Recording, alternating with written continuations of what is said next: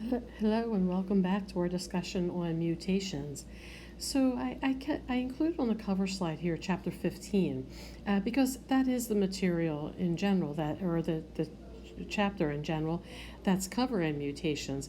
But I kind of felt there was a little bit left out from the textbook. So I wanted to do a supplemental lecture on mutations that will also help you a little bit or be a little more useful for the final exam project too. And we'll get to that when we come up to the slides that are a little more appropriate for the final exam.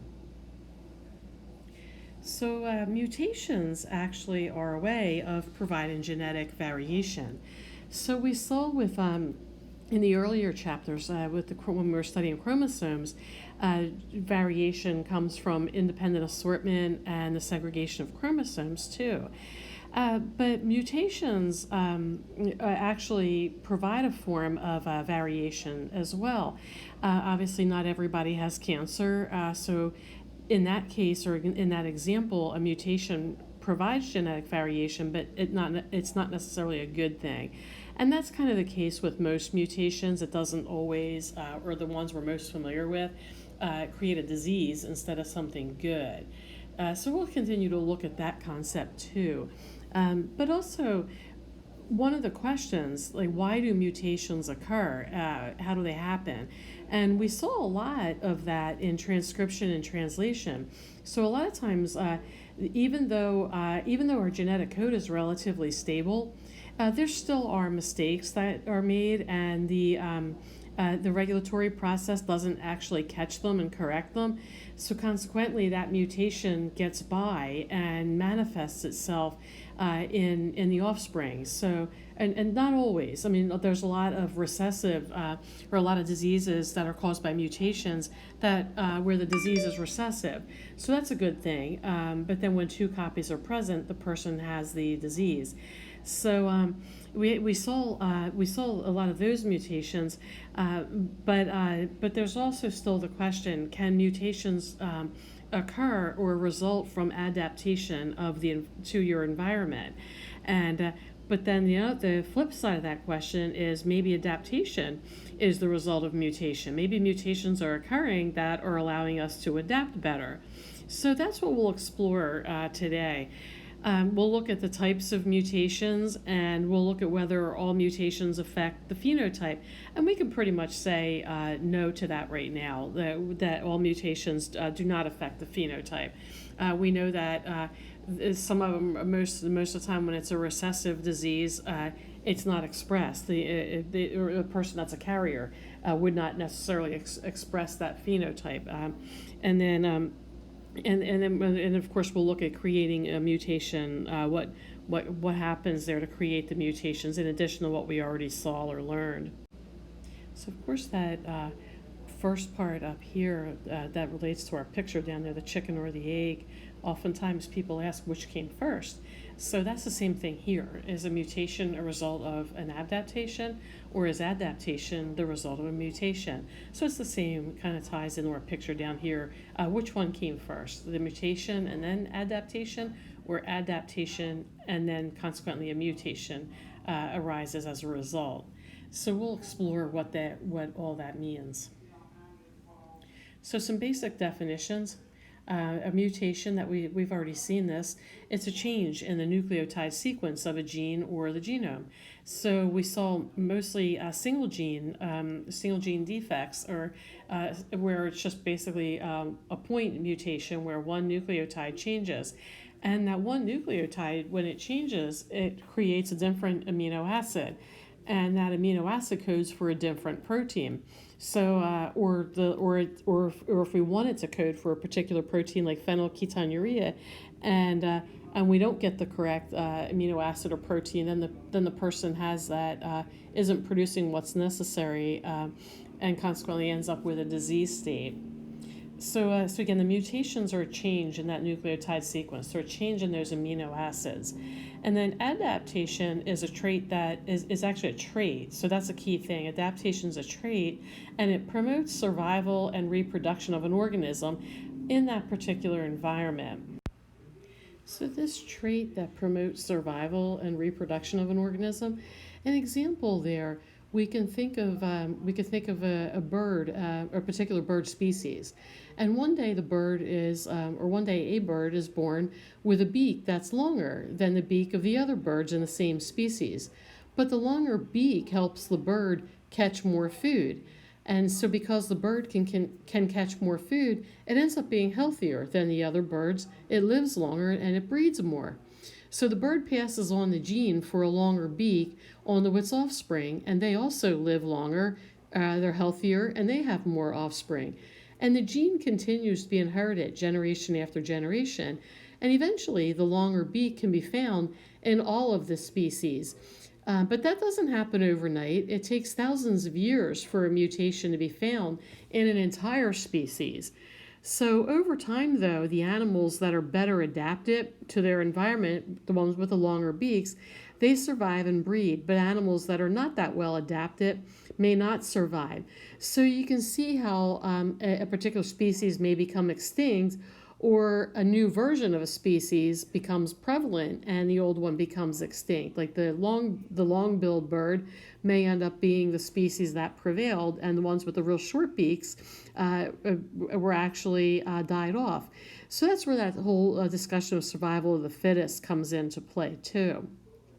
So we know today that adaptations actually originate by existing mutations that are acted on by natural selection. So basically that's a way of saying that pretty much all of our mutations that we know of are spontaneous mutations. They just occur without understanding, not necessarily without understanding, but they just occur for some reason that we may not always know. We can always pretty much attribute it to something in transcription and translation, and we can with gene sequencing now we can see that we can figure that out. But it just still becomes a hypothesis as to why did that point mutation occur anyway? Was it really a failure of the regulatory process? They're all the reasons that are used to explain, or there's a lot of reasons used to explain what it is. But nonetheless, it's still a spontaneous mutation where we can't explain why the regulatory process did not catch it. All we can say is that it fell through the cracks, and this mutation or this point mutation fell through the cracks and manifests itself downstream as a disease that gets passed from generation to generation. But why it happened in the first place, why that regulatory process failed to catch the error, we don't really know. Nobody really knows that. So it's a spontaneous mutation that occurs not necessarily with a good explanation. So we pretty much see that the mutation happens before the adaptation. But historically, the two questions were, does adaptation cause the mutation, or are the mutations pre-existing, and that lets the adaptation happen? So there are questions that are like asking again whether the chicken came first, or they're cause and effect type of questions. And as are many scientific questions, are usually cause and effect. They're usually always looking for here's the cause of something and what's the effect of it. How does it manifest itself and how does it affect us? So there are basic definitions and questions. And so still looking at that mutation caused by adaptation to the environment. So another way of looking at that too is that there was a whole big theory back in the 1800s, late 1700s to early 1800s, and it was Lamarckian theory or Lamarckian hypotheses, named after Jean-Baptiste Lamarck, and who in 1801 he proposed an inheritance of acquired traits. So an acquired trait was a mutation that was induced by the environment. So that's what our giraffes are showing. So the early giraffe, and Lamarck had fossils to show what the early giraffe looked like, and so they didn't have like the really big bill that we know today. That's not really what they had. Rather, they had this little stubby neck, kind of like a dog, a little bit longer than a dog, but they eat off of trees. So when the giraffe came up to a tree that was maybe like right here, too high for it, the giraffe had to stretch. So the giraffe had to stretch its neck and start nibbling off this area of the tree, and maybe stand up on its hind legs and stretch a little more to bite off out here. So all that stretching, Lamarck proposed that made the neck longer. The giraffe is stretching and constantly stretching to get the food or to reach the food. So the stretching resulted in a longer neck that was passed on, or resulted in a longer neck, a mutation in the gene that codes for neck length, and that mutation was passed on to the next generation. And each generation of stretching caused another adaptation to make the neck even longer, resulting in the type of giraffe, or the phenotype that we know now with the really long neck. We see the really long neck, and it's much more straightened now too. So Lamarck, that was the Lamarckian theory, or what Lamarck proposed. But his ideas largely ignored, they were largely ignored and were outright attacked during his lifetime. And they weren't widely accepted. Most people didn't give credibility to it at all. And eventually, in the 30s and 1930s and 40s, Lamarck was discredited. His theory of heredity, where physical activity or behavior brings about a mutation, that was largely discredited in the 30s and 40s. No one now promotes that your behavior or things you do bring about a mutation. There's a lot of behavioral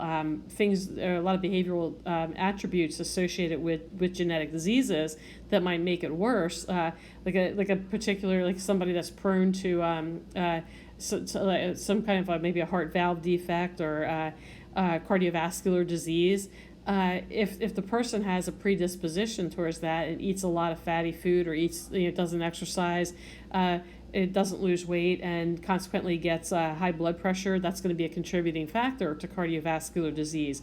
So the behavior, though, isn't what caused that predisposition. The behavior just exacerbated it. It just made it worse. So Lamarckian was a little backwards, or Lamarck was a little backwards. Quite backwards in saying that behavior brought about the mutation. So we know now, though, in large part due to Charles Darwin, that the mutation happens first. So heritable adaptive variation is what Darwin proposed. So again, heritable adaptive variation. And that's a result of the adaptive variation is a result of random mutations, that spontaneous mutation. And that randomness, so that random spontaneous mutation produces a variation that is inherited, that people pass from one generation to another.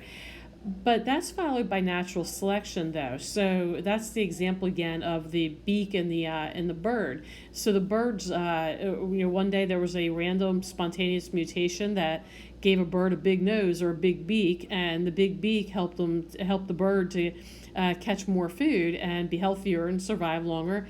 And the big beak got passed down. Eventually, the whole entire species had that beak, and the original form of the species died out. So, and that's where survival of the fittest comes in. The smaller beaked birds couldn't compete and couldn't do the life-sustaining tasks that were necessary to survive, and consequently, that species dies out. So that's contrary to Lamarck, where inheritance of adaptive traits actually does not result from induction by environmental influences or your behavior. We can't keep blaming the environment for all of the diseases. Later in this lecture, we will get to that part where we can blame the environment for certain things. Obviously, skin cancer is one. Cigarette smoking would be another. Agent Orange exposure is yet another. So there are some environmental influences, and that's called an induced mutation.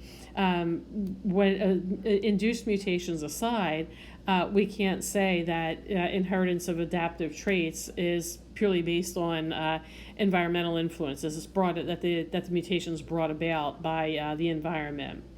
So a couple of more historical notes. Years following Darwin and the rediscovery of Mendel's work, there was a lot of controversy. A lot of people made fun of Mendel's work. They didn't give it that much credibility, made fun of him just like they did Lamarck. But Mendel, his work was so precise and detailed. He kept all those log books with all the counts, where he counted every single pea, every single plant, every single flower on the plant. I mean, when I say every single plant, I mean like tall versus short, and then of course every pea was not just the color, but the shape of the pod, and wrinkled versus smooth. He was so detailed that it was very easy to duplicate his work, to replicate that work, and prove that his conclusions were true. Lamarck had nothing to stand on. Lamarck did not have any studies that supported his hypothesis, so he was considered much more out there than Mendel was. So the issues or the controversy surrounding Mendel largely resolved by theoretical and empirical work done by a bunch of other scientists. So and we know that today. I mean, we know today that scientific research, you always have to have it peer reviewed, and if you don't, you're not going to have any credibility. So the peer review of Mendel's work by his peers. It gave a lot of credibility. It cleared away the controversy and established Mendel's work as very groundbreaking, and and it is now. That's remained the opinion of his work, that it definitely was groundbreaking, and then he literally was the father of modern genetics, or transmission genetics, whichever one you want to call it. So those mutations, those spontaneous mutations, they're all germline, predominantly all germline mutations. Rarely is it going to be outside of the germline. And when we do see that, it's going to be a somatic mutation. So germline mutations, the picture on the side here, this picture right here, is that's our left side picture. And that's where you see the birth defect. You see the child right here with some deformities here, and so this, in this case, the germline was damaged. So she has a germline mutation, meaning the chromosomes were damaged. One or more chromosomes were damaged, and it resulted in the phenotype that we see in the picture. And the reason, though, it was the Agent Orange. Was a defoliant used in Vietnam. So Vietnam was considered jungle warfare. So the enemy was hiding in very high grown or thick brush, and they were being concealed. The favorable or the Allied troops had a hard time finding the enemy. So they could fly overhead, and the enemy would be hiding in this thick underbrush or thick foliage, and they couldn't see anything. So flying overhead or aerial reconnaissance did nothing to say where the enemies were located. So ambushes were always prevalent. And so the result, or the response to that, was that American forces used a defoliant or exfoliant, and they sprayed it kind of like you do like with a crop duster, where you're spraying the agriculture plants maybe with pesticides to keep the bugs away. Here, this defoliant was sprayed all over these massive fields to get rid of that high foliage. So it was kind of like a weed be gone is what we would know today, or I forget the one that Monsanto put out that was just found to cause or I think it's leukemia that it causes. So Agent Orange was something similar to that. It was a massive way of killing off all this foliage that enabled the enemy to hide. So consequently, though, when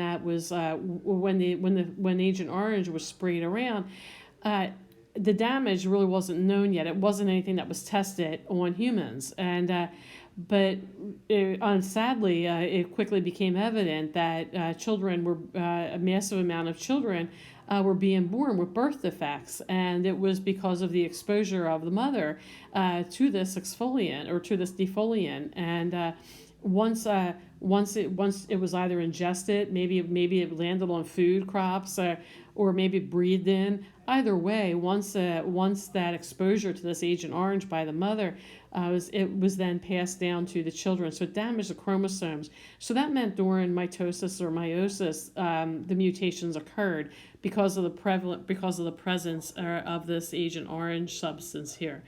So that's a germline mutation where the chromosomes get damaged for some reason or other. In this case, it's because of Agent Orange, and then the picture over here, though, this girl here, Now she too has a type of response to Agent Orange. So she obviously was already born when the Agent Orange was sprayed around. So it led if you can blow up the images of her face, and you can see the markings on her face. The term is chloracne here, and it's a somatic effect. So that means somatic effect means significant amounts of living tissue ended up being damaged. So somatic damage or somatic effect is damage to living tissue, and here living is defined as after birth. So it's not it's separating out the living tissue in the fetus versus the living tissue in a person, that's already a person that's already born. So when in utero, when the chromosomes are damaged, it's a germline mutation. But once the child is born and their tissue gets damaged because of exposure to Agent Orange, then it's considered somatic damage. Both in some ways are induced damage or induced mutations, especially chloracne or after living. So one example there of two types of mutations: germline mutation or somatic mutation or somatic damage. So, measuring how frequently do these mutations occur? How common are they? So they're quantified in two different ways: a mutation rate and a mutation frequency. And the mutation rate is a probability. It's the probability of a particular type of a mutation per unit of time. So you have to define that unit of time, and how long are you measuring it? So maybe you want to say you only want to look at one generation and you want to know the prevalence in that generation. So one generation is your unit of time. You may want to say maybe you want to look at it in a variety of generations. Maybe you want to pick 3 generations and see how the mutation changes. Does it get worse? Does it stay the same? So some examples are, we can see the one here with the mutations per base pair per generation and how small that is. Typically, though, in eukaryotes, 10 to the negative 6 to 10 to the negative 8 mutations per base pair per generation. It's 10 to the negative 6 and negative 8. Yeah, that does sound really small, but that results in 175 mutations in the genome per generation. So, and again, per generation. So now all of a sudden it doesn't seem that small at all. 175 mutations in the genome per generation. So one generation has that, then the next generation. So it ends up getting pretty big or very frequent. So the mutation frequency is a number of times a particular mutation occurs in a population of cells or a population of individuals. So maybe you're just looking at the cell. Maybe you're doing something like some of the Gila, Henrietta Lacks. If you ever read the book, The Immortal Life of Henrietta Lacks, basically what happened there is that her cell line lived on to, it survived and just kept multiplying and growing. And so maybe you want to take a look at put some benchmark in and pick, here's where we're going to start at this point, and we're going to watch the mutations. Maybe you want to define 10 mutations as your generation, 10 mutations within the cell as your generation. And then once you get 10 mutations, you start your analysis then to determine how frequent the mutation was. If you want to look at it on the individual level, you can take a population of individuals, irrespective of how many generations are in that population, and you could decide the mutation frequency from that perspective. So that's where the example down here would be 2 in 10,000 individuals. So that's where you're looking at a mutation frequency 2 in 10,000 of an individual population, not necessarily, which is not a population of cells in that case. So the creation of mutations, what causes them? Spontaneous mutations and induced mutations occur. So spontaneous is at any point within that cell cycle, and they happen naturally. They didn't have any help. There was a mutation and the regulatory process did not catch it. The repair mechanisms did not catch it, and consequently, the mutation made it into the gene pool. It's a naturally occurring mutation, spontaneously happening or spontaneously occurring, and that mutation rate's about 10 to the negative 4 to 10 to the negative 6 mutations per gene per generation. And rates vary by lineage. You can have a smaller mutation rate or a much higher one. And many spontaneous errors actually do get repaired. And I'm sure you recall that repair is the whole regulatory process that went over in a few chapters. So one example here, if we want to look at the movement of transposons, which are mobile genetic elements or pieces, and the movement of these transposons causes spontaneous mutations because oftentimes you get a piece of genetic material that leaves its original location and goes elsewhere. So something fills the gap, and it's often not what was intended to be there to make that protein. So one example, DNA polymerase may cause an error or may result in an error during replication. Maybe it didn't quite work the way it was supposed to.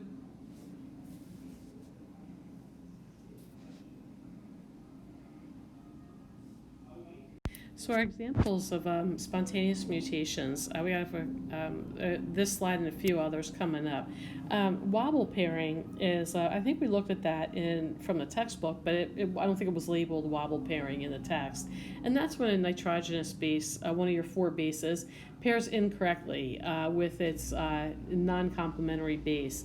So an example here would be T and G pairing instead of T and A and G and C. Likewise, you can have C and A and G, or T and C. So different types of pairing, but they're not pairing with their complementary nucleotide. So consequently, an error results. You don't have the same amino acid anymore that you're supposed to have. So normal pairing can occur, though, in the next round of replication. You can have it corrected in the next round, but if it fails to be detected or corrected in that round, you stand a highly likely chance of passing on the mutation into your offspring. And then additions and deletions, I think we covered that too. So here, if a DNA loops out on a template strand, DNA polymerase can actually skip a few bases, or it can just delete them, or skip a couple, and then in that result, they end up getting deleted. But if DNA loops out on a new strand, DNA polymerase can actually insert or add nucleotides, add in those bases, and both cases give you a different amino acid. So here's a little graphic or a little picture for our mutation caused by a mismatch or wobble base pairing. So we see that right here. Here's where the base pairing, or here's where the base pairing should not occur, right there, and then it carries on, but then it gets fixed down there, or we get a mutant now down here in this part. So again, we actually just jumped right to that spot, but here's our beginning part right here. So it's that GC right there, and then during replication it changes to a G and a T, and the G and T get passed on over here, and then one of them gets passed on. You get your mutation right there, but the correct one gets passed on here. In this particular case or replication mechanism opportunity right there, it corrected it. It got fixed. But down here the mutant didn't, and then so your first generation progeny, where you see the original right there, you can have this one, or you can have the wild type, or and 2 wild types right here. So you have one that's correct and one that's a mutant, and we get our 1/4 that shows up as a mutant, and our 3/4 as the wild type. So spontaneous mutations can also occur by addition and deletion by DNA looping out.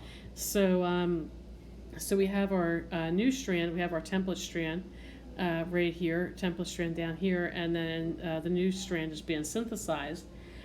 But in one case down here, you get a looping out of a template strand where you get the 1A drops out. So we have 5 A's right here, and one drops out, and we have 4. And then, so it comes down here, and because that 1A dropped out there, we're going to be missing a T that gets added.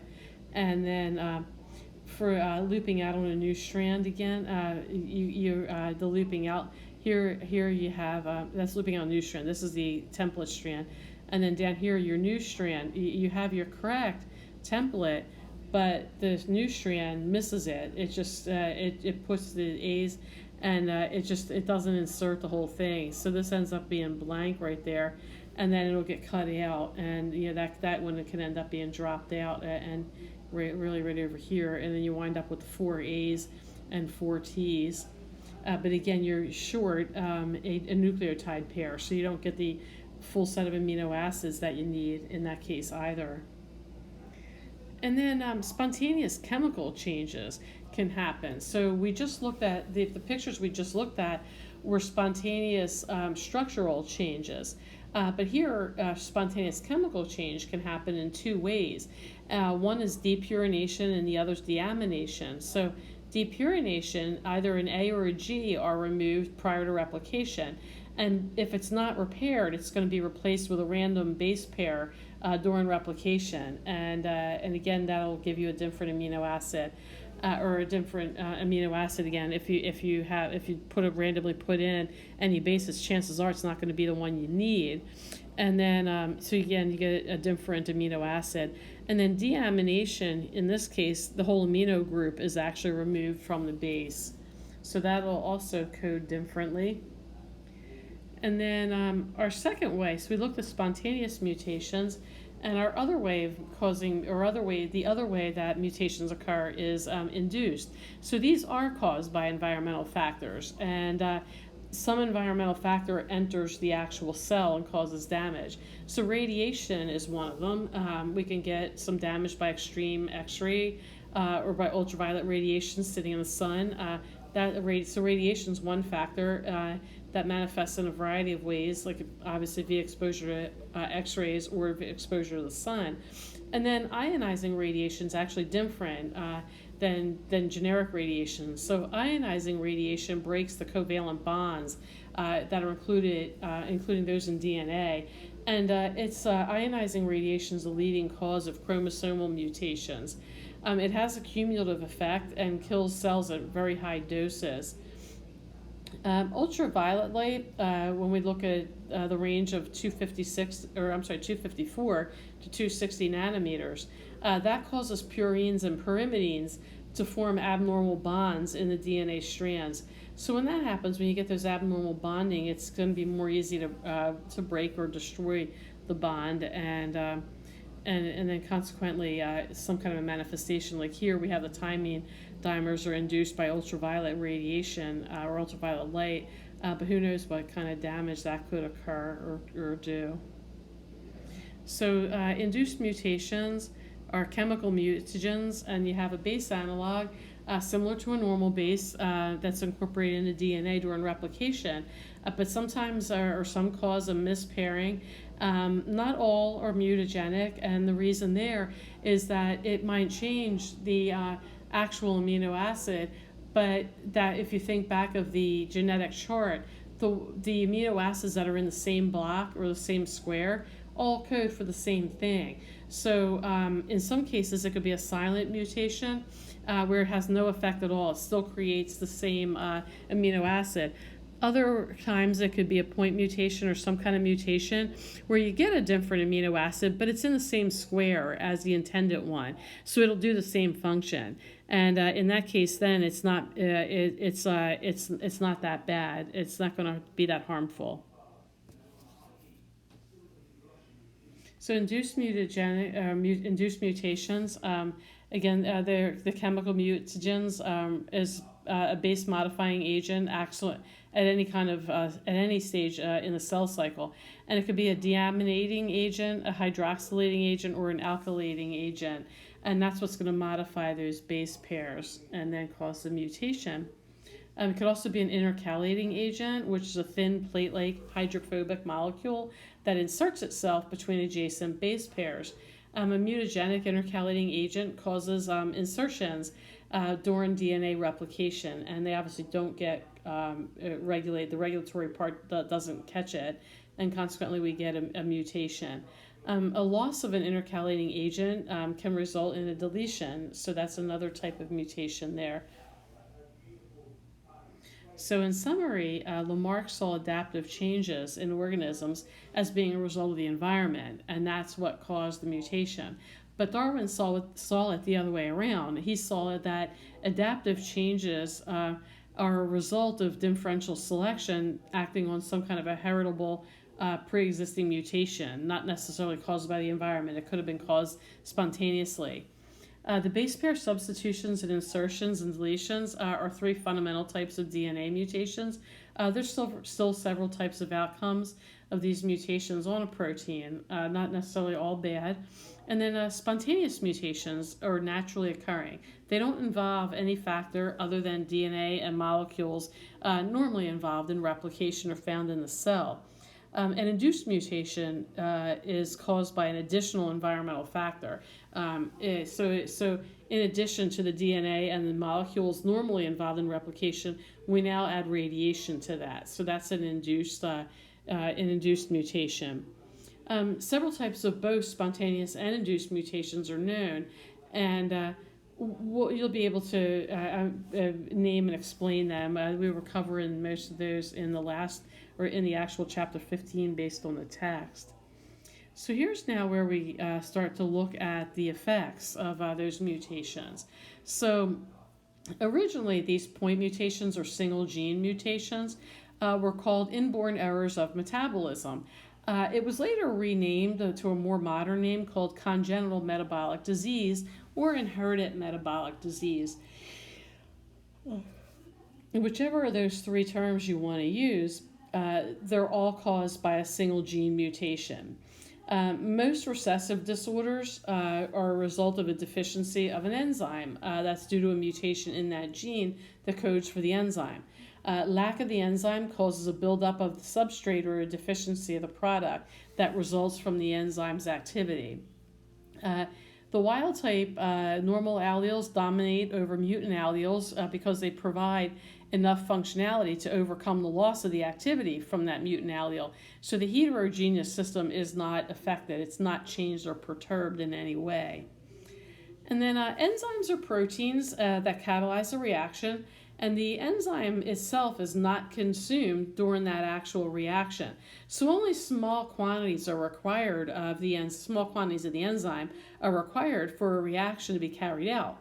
In homozygotes, both genes are mutated, so little to no enzymes are actually present. So the person's going to have some kind of an abnormal phenotype that causes the disease.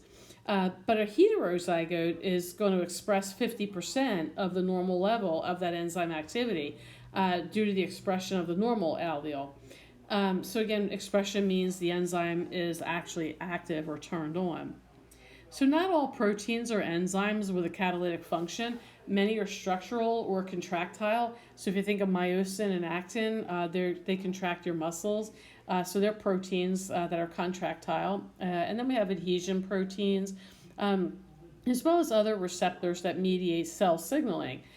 But a single gene mutation in these proteins causes serious birth defects. The single gene disorder encompasses all genetic disorders and diseases that are caused by a mutation restricted to literally just a single cell. So it's usually, again, a point mutation that leads to an altered amino acid sequence in the protein encoded in that particular strand of the DNA. Congenital refers to all disorders that are present actually at birth, and the deformity normally occurs in the womb.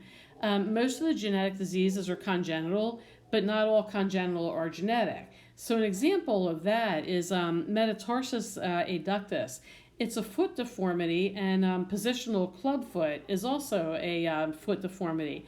Both of them are caused by the infant's position in the womb, primarily due to a restrictive uterine environment. So maybe the uterus in the mother's just not stretching enough to accommodate the child, so the child's foot turns inward abnormally, and they're born with this deformity. So it's congenital. They're born with it, but it's not genetic. They're not going to pass it down. There's no gene that actually changed. Rather, it's a physical deformity that happened in the uterus. Again, it's not genetic, but it is congenital. Other ones that are both congenital and genetic, we could think of cystic fibrosis. Here, our hereditary disorders give us a few more. Hereditary disorders are transmitted from parent to child, but the disorder doesn't always have to be present at birth. So if we said hereditary genetic disorders, that would be hereditary congenital disorder. If we said hereditary congenital disorder, then it would mean that it's a hereditary disorder that manifests right away at birth. So Tay-Sachs disease would be an example of that. Even some forms of osteogenesis imperfecta. So when we talk about hereditary disorders that are not present at birth, muscular dystrophy is one that usually appears from ages 2 to 16. It could manifest as late as the age of 25. And then osteogenesis imperfecta, that's a hereditary disorder, but depending on what type the child has, it may not be congenital. I think type 2 is the one that's shown right at infancy and is actually considered lethal. The child will not live beyond a few hours in that case. But overall, there's 8 types of osteogenesis imperfecta, and some of them start right after birth. Others manifest in later adolescence or later in life, but not that far. Pretty much still in the child's years. And just a little side note: the bullet at the bottom about Caleb and Alec. They're 2 of the children on the Shriners TV commercials. Alex, the little boy in the red shirt, and Caleb is the little boy with the bow tie. And the latest commercial, you see his mom picking him up out of bed and putting him in the wheelchair.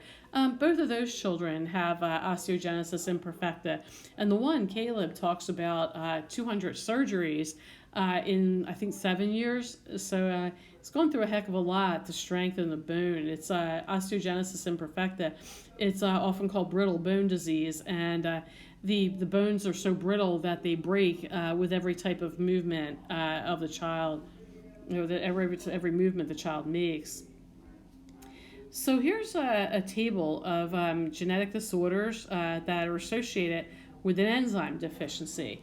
So oftentimes they're single gene defects, but they're affecting an enzyme. So you'll want to use this table. This will help you out. I think the project has a few of these disorders in it that you'll want to pick. You'll at least want to pick or you can come in and take a look at the locus where it is, what enzyme is infected, and this OMIM entry. So you can go to this OMIM entry and learn a lot more about that particular disease, and you'll need that information for the project. So congenital metabolic diseases, some of them are phenylketonuria. It's a disorder that increases phenylalanine levels in the blood, and it's an amino acid found in all proteins, and some artificial sweeteners as well. But if you leave this untreated and you let phenylalanine build up in your blood level, you could reach the harmful level, and too much of it when you reach that level, it's going to cause intellectual disabilities along with a variety of other serious health problems. Galactosemia is also an enzyme disorder. Babies that do not have this enzyme, it's an enzyme that converts galactose into glucose.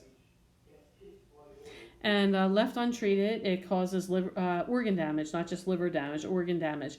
Leads to blindness, severe mental retardation, and a growth deficiency, and can even lead to death. Another metabolic disease or enzyme disease is maple syrup urine disease. Babies missing an enzyme needed to process 3 amino acids essential for normal growth. When they miss that enzyme, it causes their urine to actually smell like maple syrup or sweet burnt sugar. This disease causes severe mental retardation as well as a variety of physical disabilities. Albinism, we often know that from this chalky white skin, and Here, people with albinism, their disorder is caused by an autosomal recessive mutation. So a gene for tyrosinase is mutated, resulting in affected individuals not having the ability to produce melanin. So the phenotype, their genotype is that they cannot produce melanin. And the phenotype is that chalky white skin, as well as white hair, red irises, and then an extraordinary, a very sensitive or high sensitivity to actual light. 1 in 33,000 Caucasians are albinos, and 1 in 28,000 African Americans are considered albino. So again, this disease affects a broad population, very diverse population. And then Tay-Sachs disease is the hexosaminidase A gene, and it gets mutated, or that's the gene that mutates. And the effect is that the enzyme in the lysosome, which contains approximately 40 digestive enzymes, the enzyme creates an inability for lysosomes to actually store any information. So it's a storage defect. And the particular enzyme is N-acetylgalactosamine group, and it remains unprocessed. So it ends up accumulating in the brain neurons, causing them to swell. So a year after birth, the child starts experiencing a very rapid neurological decline, and then by age 2, all of the nerves have been frayed or worn or gone, so the child is paralyzed or immobile. And then by the age of 3 or 4 years old, the child would die from Tay-Sachs. So all of these metabolic disorders and single gene defects, there is screening for newborns, and we looked a little bit at that with amniocentesis, the type of test that would be used, a type of a test that would be used for diagnostic purposes. So here, though, newborn screening, primary focus is on inborn errors of metabolism, and so they result from a mutation in a gene. It's a single gene mutation the mutations occurring in a gene that encodes the enzymes that are required for metabolism or catabolism of specific substances. So an enzyme deficiency results from a buildup of the substrate and or the deficiency of that product. So all 50 states test for at least 30 of these inborn errors of metabolism. That's according to Medline Plus, but NIH says 21. 21 of the diseases are actually tested for. There's 2 additional tests, a hearing and a skin test, to determine the level of oxygen in a baby's blood, and that could determine congenital heart defect. Tests are conducted on just a few drops of blood that are obtained from pricking the baby's heel before the baby leaves the hospital. If it's detected early enough, manifestations of many of these diseases can be prevented through diet. So phenylketonuria, you would substitute high-protein foods with a special formula that the person would always have to eat. And same thing with maple syrup urine disease. Your diet's going to affect or be very important at keeping that disease at bay. So the criteria for screening, so not every baby is immediately screened. I think where the 21 screening or 21 disorders comes from NIH, I think they're the mandatory ones. I think every state has a small subset of diseases that they require every baby to be tested for. The parents can request additional testing for other diseases. But most states automatically require testing for at least a small number of diseases. So the criteria for screening is that a disorder produces irreversible damage if left untreated early in life.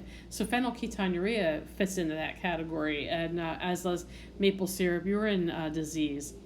Another criteria is that treatment prevents the damage, but only if it's begun in the newborn period, when the infant's asymptomatic. So you would want to know if they have phenylketonuria as early as you can, so you can avoid feeding them the foods they're not supposed to eat.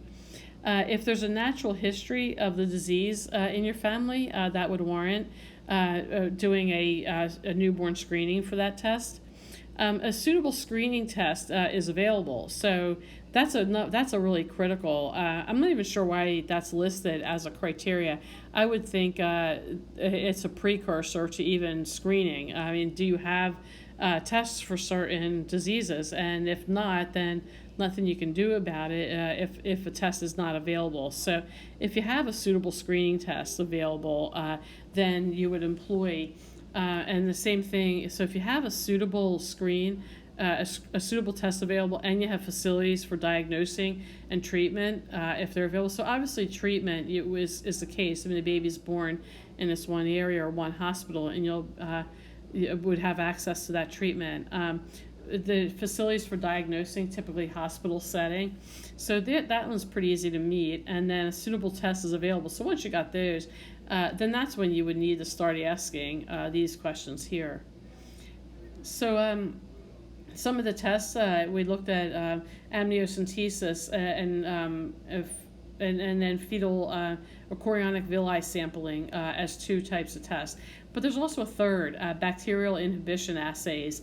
It used to be the test of choice for decades, where dried blood samples are placed on discs of white filter paper and then placed on that agar plate that's already been seeded with bacteria. So it's an analog of what you're testing for is also placed on the disc, so for comparative persons. So an analog of phenylalanine that inhibits the growth of the bacteria on the plate, so concentrations in the blood sample can compete with the analog, permitting an actual halo around the disc. So you'll see that as your sign. The size of the halo is related to the concentration of the phenylalanine in the blood. It's simple and inexpensive, but needs to be repeated for every single disorder. And then mass spectrometry is another diagnostic tool, detects abnormal levels of metabolites in the blood, and often expected to provide diagnosis of much larger numbers of metabolic disorders, but it's rapidly replacing bacterial inhibition assays. They often take a little, or they're often a little time consuming. But the mass spectrometry can actually detect metabolites in blood samples that are broken into fragments, and those fragments are then analyzed by mass spectrometry. So if you're going to do these genetic tests, there's typically genetic counseling or some form of that's going to follow. So it's based on the probability that parents have a genetic defect and then the risk that the prospective parents might actually pass that defect on to their child. Here, counseling involves presenting parents with available options for avoiding or minimizing those risks. The counselor should give clients clear, unemotional, and non-prescriptive statements. So you don't want to guide them, you don't want to bias them in any way. So it should be very clear, unemotional, and non-prescriptive statements based on family history and on their knowledge of the relevant scientific information, along with probable risks of giving birth to a child with that genetic defect. The genetic counselor should conduct a pedigree analysis to support the actual risk analysis and to be able to more clearly say how likely it is that the couple will pass on a genetic defect. And the counselor also should provide information to the family regarding the amount and type of care that's going to be required by a child with that particular birth defect. So obviously somebody with phenylketonuria, the parents are going to be actually have to be extra vigilant in making sure the child does not accept food from playmates in school or no matter wherever the child goes. So making sure everybody in that child's orbit understands the severity of the disease and what to avoid and how not to induce an episode. So counselors should never provide quality of life judgments and statements. Even though it's helpful to understand the religious perspective, a variety of religious perspectives, often you don't want to be the one that's making those religious judgments or statements or quality of life statements. You can always bring it up and talk with the patient about their religious beliefs, but in the end, refer them to actually see the religious chief, whether it's a priest or bishop or lay person that's a spiritual guide. Either way, refer them over to for the religious counseling. So again, genetic counselors should not provide quality of life judgments or statements. Everybody defines quality of life very differently, and what might be hard to imagine for one person another couple may welcome that challenge or may not be affected by it at all. So a lot of issues, genetic issues. Ethics is a huge part of genetic counseling, as is the need to be vigilant against genetic discrimination. Any kind of preconceived notions, you want to stay away from those, leave them at the door. Also, issues with genetic testing. Not everybody agrees with genetic testing. Hard as it is to believe, it's the same thing with vaccinations. There's such a big group of people who refuse to be vaccinated, and the similar line of thought is that there's a big group of people who refuse genetic testing, thinking that the genetic testing causes more damage than it's worth, or it causes unnecessary damage. So a lot of issues with something as clear as genetic testing, or something we would think as is very clear or free of any kind of issue. Sadly, it is a part. It does have a lot of ethical issue, or a lot of issues. Genetic testing poses a lot of issues for a genetic counselor. It's just along the same lines as refusing vaccinations, and then personalized medicine. Even though on the surface, like we would all think, personalized medicine seems to be a big very promising for coming up with a cure for a lot of diseases. But it actually is a big issue to many people. Many people feel that if you have a disease within your body, using your body's healthy tissues to come up with some type of a vaccine or some type of treatment to combat that genetic disorder or the disease you have, many find that unethical. Many find that to be an invasion or a misuse of a person's body or a person's tissue count.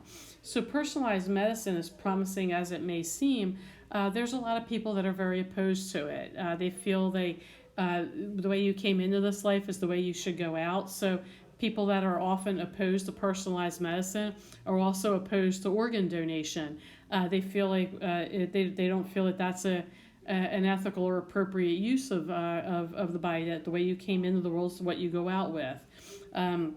Of course, when you ask them, well, what if you had an appendicitis and your appendix burst? You're going to get that removed. Same thing with tonsils, you would get that removed. So why the aversion to donating organs? But there is oftentimes the aversion is tied into some religious belief. I'm not that familiar with a variety of religions to understand where it's rooted. Just in some interpretation of a person's religious belief leads them to say that if you're taking out healthy tissue and combining it with a diseased tissue as a way to create a signature or a vaccine that's re-injected back into your body, oftentimes they feel like that might be borderline genetic engineering or genetic modification, or maybe some type of cloning. So a lot of times we may want to say right off the bat that that's misinformation. But I think you, as the doctor, it's a big burden that falls on the doctor to be able to strike a balance in presenting a variety of facts to your patient and being able to convince the patient that it's not an abomination, or it's not a misuse, or it's not maybe not a genetic engineering, or I mean, it may fall under genetic engineering, but it's not necessarily cloning or something that's unethical. It's actually taking something that's going to benefit or result in a possible treatment, and that treatment is designed to respect life, or respect the life that was given you have. So there are a lot of challenges in all of these areas and these issues that are listed here. A lot of challenges, even if you don't specialize in genetics, whether you specialize in internal medicine, cardiology, genetics affects all of that. I mean, there could be genetic defects within the heart. And of course, if you're specializing in internal medicine or family medicine, you're going to see the full gamut of genetic diseases coming through your practice. So regardless of where you're at, regardless of what your specialty, you're going to probably see quite a bit of genetic issues cropping up or coming to the fore with your patients, especially as personalized medicine it becomes more prevalent, as well as genetic testing. So even with genetic testing, even though a very small number, 21 or 30 tests, when there's actually the existence of several hundred tests. If a person has the money to pay and wants every genetic test done on their child or on the fetus while they're pregnant, if they're able to pay for all that, the tests are there. The tests are available. I think that's another ethical issue. The fact that we have so many genetic tests available and are not using them, I think that's unethical. I would think that we owe it to people to let them know how likely they are to have for their child to have a genetic defect. I think they should know ahead of time and be well prepared to welcome that child into life and give it the care it's needed. So I find that very disheartening that all these genetic tests are available but not recommended or not necessarily available unless you have the money to pay for it. So I think if you like advocacy issues, if you like lobbying politicians, I would think if you share that viewpoint, that's definitely something you might want to consider becoming involved in, is lobbying for the prevalence of genetic testing in insurance plans. Why can't insurance plans cover it? It can't possibly be that costly. When you think about how many people pay for insurance versus how many are actually going to have a baby, I would think that the cost it would be that much. I would think it'd be very easy to include that testing in there at a very cost-effective way. So again, if you like that policy type of work, it's certainly that could be one big area to be involved in. So that up till this slide here, so we're on multifactorial inheritance now. So now we're switching gears. Everything we looked at before, including the other lecture on chapter 15. So the other lecture on chapter 15, I didn't put in the title, but that's actually part 1. And then, of course, we're on part 2 right now. So we looked at single gene defects. And the next topic really is multifactorial inheritance. The book does not cover multifactorial inheritance in chapter 15. It's touched upon much later. It comes up in quantitative genetics, and we are going to get to that. It's just that when we do get to that, we're going to focus on the math. So I wanted to separate out the actual diseases from the math, because it's pretty math intense. Not as bad as if you think back to physics, kinematics. It's nowhere near that mathematical. There's not that many equations, but the interpretation of them is a bit of a challenge. So we're going to look at the math there, because you'll probably see a lot of it when you're reading, whenever you're reading new studies, when you're looking at a new study on a particular a test or disease state. You're often going to see the probability part too. The probability analysis, like is it statistically significant, is often the question being asked. But there's also a lot of quantitative questions. The quantitative genetics is an entire branch unto itself. Transmission genetics is what we've been mostly focusing on now, but we'll look at quantitative genetics and cancer genetics and a few others too.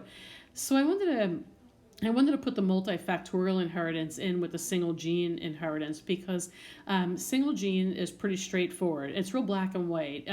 You get a deleted nucleotide, or you get an added nucleotide, or you get some kind of a rearrangement in the chromosomes. And so they're real straightforward, but that's often not the case. There's not every disease falls into that category. But the best studied genetic traits are not always necessarily the ones that are responsible for any particular disease. So we sometimes, like, genetic research is focusing on a trait, thinking that that's going to lead them to the actual gene that's responsible for the disease. But often it's not. Oftentimes it may be masking. The gene that's really responsible for a disease may be masked by another one. And so oftentimes it's kind of hidden below something. So again, that just the conclusion there is that the best studied genetic trait is not necessarily always the one responsible for the disease. But single gene disorders, though, those disorders tend to produce a very sharply defined trait. So that's why a lot of geneticists go down that path of focusing on the trait in hopes to finding the actual gene causing the disorder, because they're working from the assumption that the disease is a single gene disorder. So they have to figure out, or eventually their research has to lead them to the conclusion that it's not a single gene. There's a variety of genes contributing to this disorder. It's just, again, single gene disorders have very, very clearly defined traits and are often easy to define and understand. So there's about 4,000 single gene disorders. The genes do not function, there's about 4,000 human diseases that are single gene disorders. And they're the ones, again, that fall into that very sharp category of a deletion or an insertion or things like that are very easily to define and understand. But not every gene, genes in general, don't always function independently. Nor is the human a closed system. If you've studied anatomy and physiology, and I think most of you have or are currently doing that, you're going to study all of the organ systems in anatomy and physiology. And when you study those organisms or those organ systems, part of your studies is going to be on homeostatic imbalances. So your body is always trying to stay in balance. If your sugar level goes up, that triggers a reaction to lower your sugar level. Your blood pressure goes up, your body wants to respond in kind and reduce it. If it drops, your body wants to raise it. If you start shivering, your body wants to try and warm up. Do things. Consequently, if your body gets overheated, you're going to sweat, and that's going to help cool you down. So there's always that negative feedback loop is basically what's happening there. Very little of it is a positive feedback. Giving birth is a positive feedback. When it's time to give birth, the signal to expand the cervix, the contractions begin, and it helps bring birth the baby. So that's a positive feedback loop. But pretty much everything else is a negative feedback loop, meaning that you want to stop it from happening. So that's what we mean when we're saying that the human is not a closed system and it doesn't function independent of its environment. Everything within the human doesn't function independently. All of those organ systems are tied together. There's always some kind of a connection or intersystem connection. I think intersystem connection is a big topic in Pearson textbooks. Others may not emphasize the interrelationships, but they still emphasize homeostatic imbalances. And typically when something goes out of balance, a disorder or a disease is going to happen. So back to our fourth bullet here, genes don't function independently, and again, the human's not a closed system that functions independent of its environment. When you run and you're overheated, you're going to sweat. So you're getting overheated because you're running in hot temperature. Even if you're just standing outside, like sitting on the beach, and it's hot out, you're going to sweat. Your body's going to have some kind of reaction to that. So your body's always going to, the human body is always going to function in relationship to its environment. And internal to the body, all of those organ systems are going to function with respect to the other organ systems within the body. So the most common and important genetic traits are those that are determined by combinations of multiple genes, as well as their interactions with the environment. So that's what multifactorial inheritance means. There's no clear-cut pattern of inheritance. And the list right here, these two lists right here, are all diseases, common diseases that are brought about by more than one gene. So there's several factors, more than one gene, as well as the relationship to the environment. So there are many factors or multiple factors determining the inheritance. So asthma, somebody may inherit asthma, but it may not be that prevalent until you are in an environment that induces an asthma attack. Some people, cancer is put in there because even though we don't think of that as, we don't often think of it as being an environmental in nature, it often is. I mean, skin cancer is very environmental affected, but other cancers too.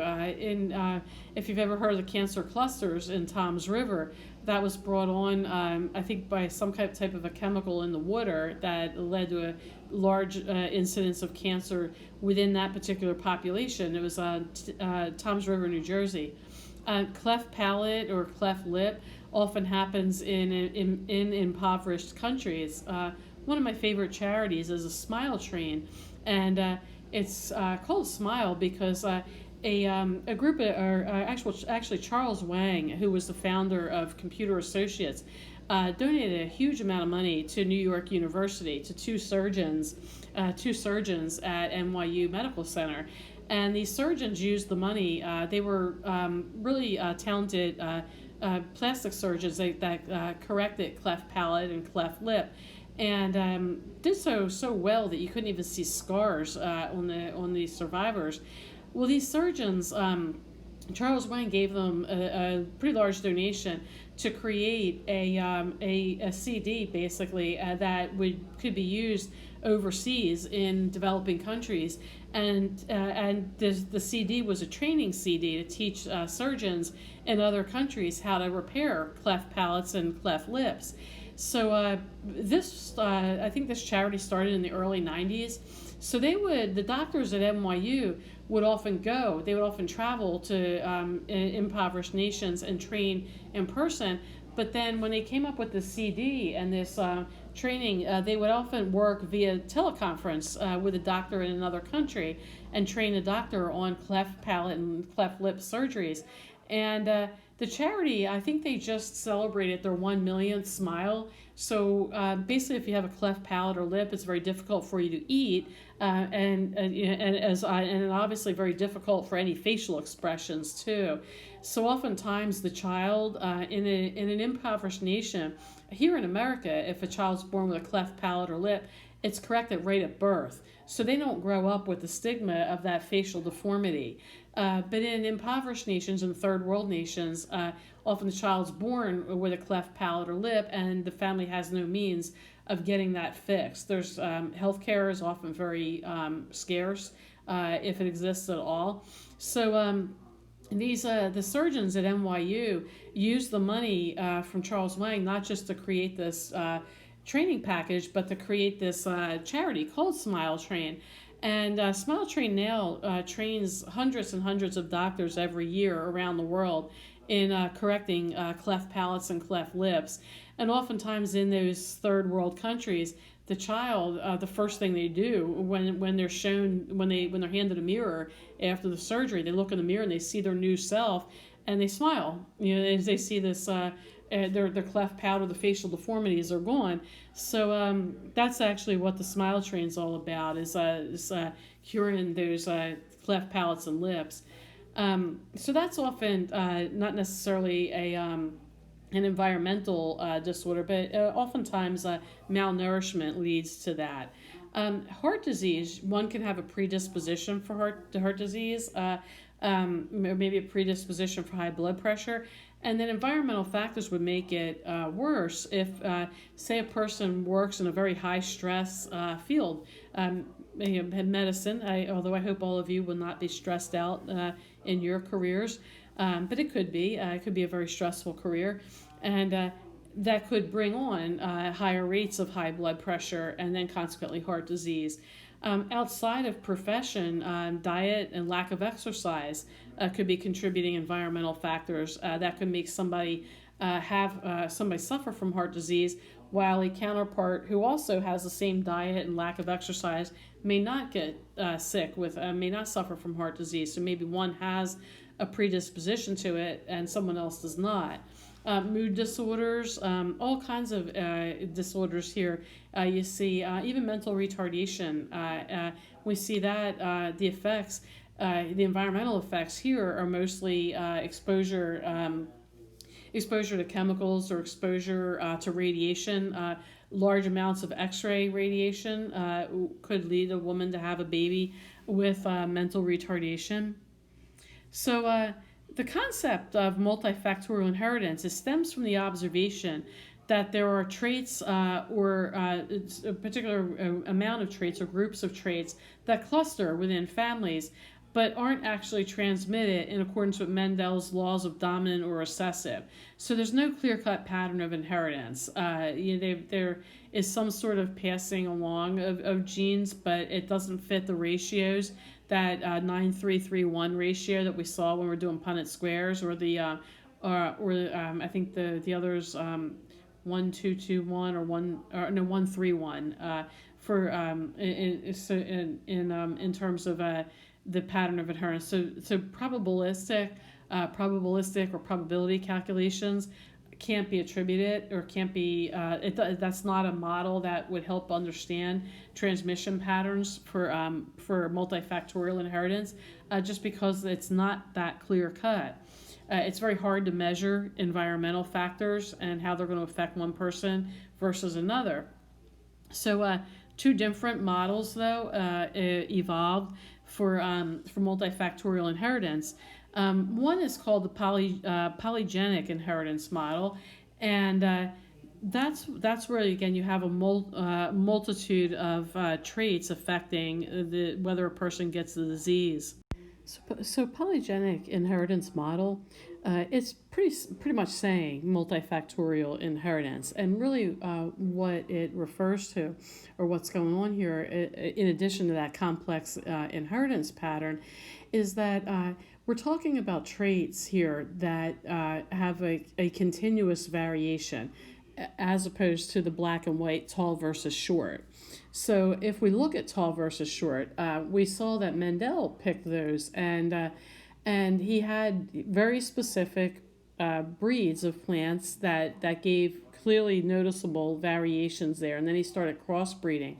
If he would have continued crossbreeding and multiplying out, we may have seen something, the two plants, instead of being short versus tall, we might have seen an adaptation where they ended up excluding or breeding out the extremes and finding a middle ground. So that doesn't necessarily happen, though, in genetics in general. So with tall versus short, they're, obviously with human beings, that it's not that clear cut. Where's the cutoff for tall versus short? And do you say like 5'6"? Everything above 5'6" is tall, and everything below that short? That doesn't really make sense. So really what happens is that there's a continuous variation of height. So you get some fall in the spectrum of short, some are in the middle, some are real tall, some are excessively tall, abnormally tall or abnormally short, in the case of a dwarf or someone that's just really tall. It's possible, again, for humans to have many, many different heights, and heights can vary in increments of inches or fractions of an inch. So a lot of different, so that's a continuation or a continuous variation. If you look at a ruler, that's a continuous variation of measurement in that case. So that's really what height is. So where that inheritance, or why it's continuous like that, is that there's the inheritance pattern is called multifactorial or polygenic, meaning poly means many, many genes, or multifactorial, multiple factors influencing the inheritance. So one recent study actually found that there's over 400 genes linked to variation in height, about 400 genes responsible for causing that variety. So when there's a large number of genes or more than one gene involved, it becomes hard to distinguish the effect of each individual gene, and even harder yet to see that gene variants or alleles are inherited according to Mendelian rules, because we're no longer talking simply about tall versus short. We're talking about 5 foot, 5'1", 5'2", and all the sub things, all the minute details in there, as much as our measuring tape, or to the sig figs that our measuring tape can actually accommodate. So, but again, height here too in this case doesn't just depend on genetics. It's not just about the genes. It also depends here on environment. So now we went from polygene, or many genes, to multifactorial, many factors. We have genes, many genes affecting height, and then environmental factors like the child's overall health and type of nutrition that the child's going to grow up with. So So again, that's where we see that's what the polygenic inheritance model is. It's many genes and many genes and environmental influences, or many genes by itself is one model. Many genes with environmental effects is multifactorial. So that both polygenic inheritance and multifactorial kind of combined into that one model there. So the other model is the threshold model. But actually, before we move on to that, I forgot to mention that discontinuous traits are what we saw in Mendel, where the term discontinuous trait, that's where it's black or white. It's either tall or short, green or yellow, wrinkled or smooth. So there's not a continuum of options. There's no ruler that can measure a whole bunch of different parameters or a whole bunch of different, or give you a whole bunch of different readings. So a continuous or quantitative trait is measured along some kind of an uninterrupted scale, like a ruler. It's usually you can get to a very granular level of ranges of height or whatever it is you're measuring. So there's some kind of an uninterrupted. It's a continuum of options or a continuum of numbers. But discontinuous, it's on or off, green or yellow, black or white, tall or short, wrinkled, smooth, one or the other. So they're discrete values. So that would be considered a discontinuous trait. So that would fall. So discontinuous trait would fall under Mendelian genetics, and then multifactorial inheritance is that continuum of values that can exist for a particular trait. So there's a continuum of values that could be attributed to height. You can be anywhere on that spectrum. However big your measurement stick is going to really help you, or it's going to give you the range of values for that trait. But then we get to another type model, the multifactorial threshold model. So it's multifactorial. It's still being applied to many genes causing the disease. But here, the threshold model, it gives a little more insight into why different populations experience a disease that others do not, that doesn't affect other populations. Also, it may help explain why males are more affected in some cases than females, or vice versa. So the threshold model is basically you can have susceptibility in the population for a particular disease, but a certain threshold has to be reached, and that beyond that threshold, the individual is then going to have the trait, or it will express the trait and have a different phenotype. So one example is pyloric stenosis. It's a particular disease that males and females have the same level of susceptibility to it. They're both equally susceptible. Being male or female does not confer greater susceptibility. So it's an equal distribution of susceptibility in men and female to getting pyloric stenosis. But there's a threshold that has to be reached in order to actually have pyloric stenosis. And it here turns out that men are 4 times more likely to get pyloric stenosis than females are. So even though there's equal susceptibility, men happen to reach the threshold sooner, and then they manifest that trait, and then they wind up with the disease of pyloric stenosis. Whereas women are much less likely to develop that disease. So associated with the threshold level is a correlation coefficient. So it helps to associate a continuous trait between 2 different relatives, or how likely you are to get something, and then heritability is another factor. So all those are the things, all the math associated with this is what we're going to study later in chapter, I think, 26. So I'm going to go on just a little bit more about multifactorial inheritance. So genetic advances over the past 50 years have really been in single gene diseases. But more of the common disorders or most of the common disorders are actually multifactorial. So each genetic factor contributes a small amount of liability towards the condition. And then major challenge today, though, is to define which genes these are and how they make their contribution to creating that disease. If a gene is determined to have a high frequency of occurrence in a family, you would want to compare the frequency in relatives to the frequency in the general population to get a little bit more of an idea of the rarity or the prevalence of the disease. If you want to take that approach, though, all relatives would need to be tested. The larger the number, the more significant your data is. Population data would come from an actual case control study on the population of interest. So you would need both, though. You would have to have that's the population study would have to be already done in order for you to take the family's history and compare it to that population.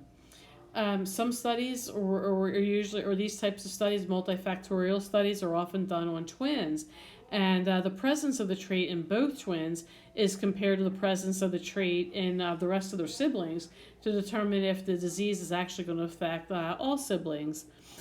So in this section, we're going to skip the math, and then we're going to come back to that. We're going to come to that in chapter 26.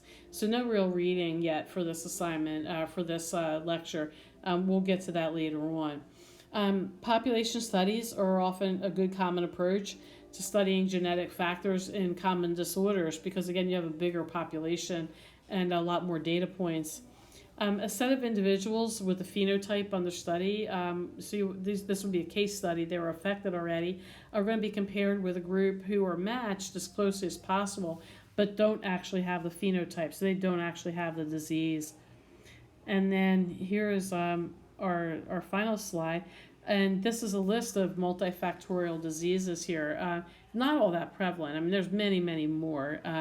And part of the project for the final is researching a variety of multifactorial diseases and single gene diseases too. So I'll post that on Canvas very shortly, so you have enough time to actually work on it. So that's everything for this chapter. And of course, if you have any questions, please do contact me.